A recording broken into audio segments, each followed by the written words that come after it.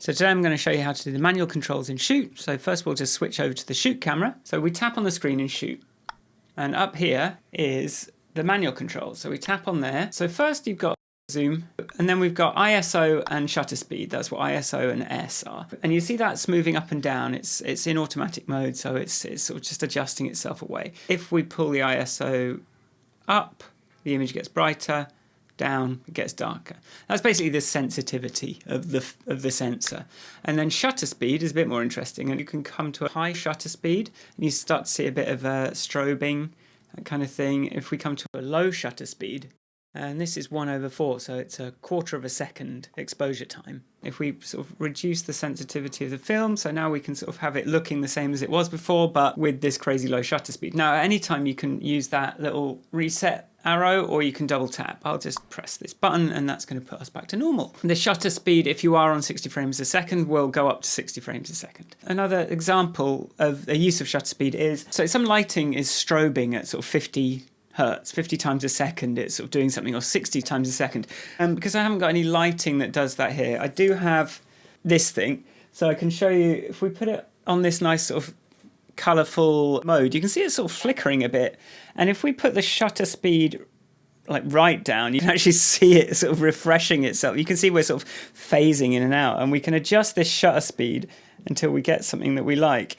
But if you can imagine light bulbs doing that, this is, you know, whenever you see a TV that's strobing anywhere, then the shutter speed is something you can adjust to just get all of that working okay again. And then the last thing we have here is white balance, which just lets you pull it down. This is a temperature in Kelvin. Pull it down, we get a sort of bluey tint. Pull it up, we get a sort of warmer tint. The next thing you can do is tap and hold somewhere on the screen. This just basically works the same as the native camera app. So if we tap and hold somewhere, now instead of having the shutter speed and the ISO, it uses this EV. So this is just the little sun thing that you get. So it's exposure value. But if we go, you know, if I come down to this window, press and hold on there, it's going to sort of adjust it to that. If I press and hold on my face, then it's going to adjust it to my face, and I can always like come up and down to whatever level. But it's going to use wherever you've put that point as a reference point, right? And then this is going to be like the bias of how much sort of brighter or darker you want it than whatever the exposure needs to be at that point. Not all cameras have manual focus on the phones. The front-facing one on my iPhone XR doesn't have it, but if we go to the back camera, which we're going to see the screen, if we come up with someone here, you see it's auto-focusing.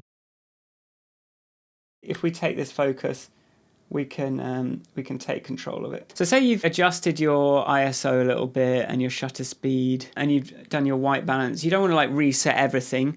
If you just press and hold on one of these, that just unlocked it. So we can lock it again by moving it, and then we press and hold it to unlock. So you can always like reset an individual control back to automatic just by pressing and holding.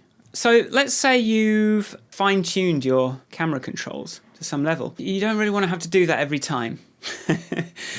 So out of the box with Shoot, the basic version of the app, you get the manual controls. You can tweak them, do whatever you want with them for your shots, but it won't remember your settings. But I thought as an in-app purchase, a slightly more serious approach to manual controls would be something worth paying for. I'm adding new features to the app, like little bits and bobs here and there, and all of those are on top of the basic version of the app. Things like the ability to draw snapshots, grids, microphone over HDMI, all these sort of extra things that I've added over time that I felt were sort of like a little bit more premium, a little bit more worth it, especially when you compare to some of the other camera apps out there. I think that, you know, like mine is very cheap.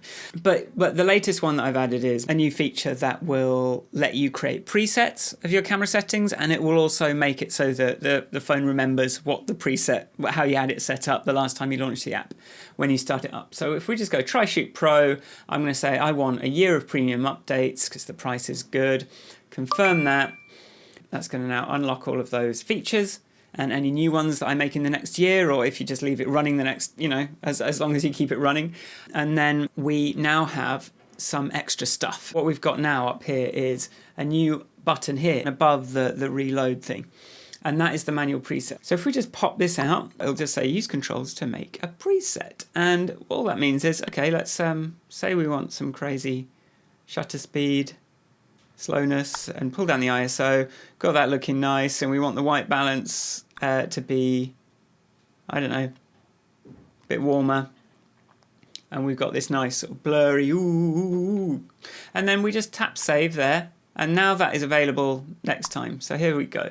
So front camera, you can see it's telling you what the settings are: ISO, shutter speed 1/8 of a second, temperature 6567 Kelvin, and you can, if you want to correct that a little bit, you can just adjust it again. You can either save a new preset, or you can long press on your existing one and just say replace, and now that's got the new color temperature for 130. So if we went back to automatic now, and we're back full frame rate, if we pull this out, we can select that, and now we're back to our nice sort of cool, weird 15 frames a second thing. And then something else that's quite cool is if we launch the Shoot app on your Apple Watch, we can go over to this screen here, and you'll see all of your presets there. And the other thing, I mean, it's kind of pointless to demonstrate it, but basically, if you have sort of adjusted your stuff a bit, so it was cool when you come out. I'll force quit the app.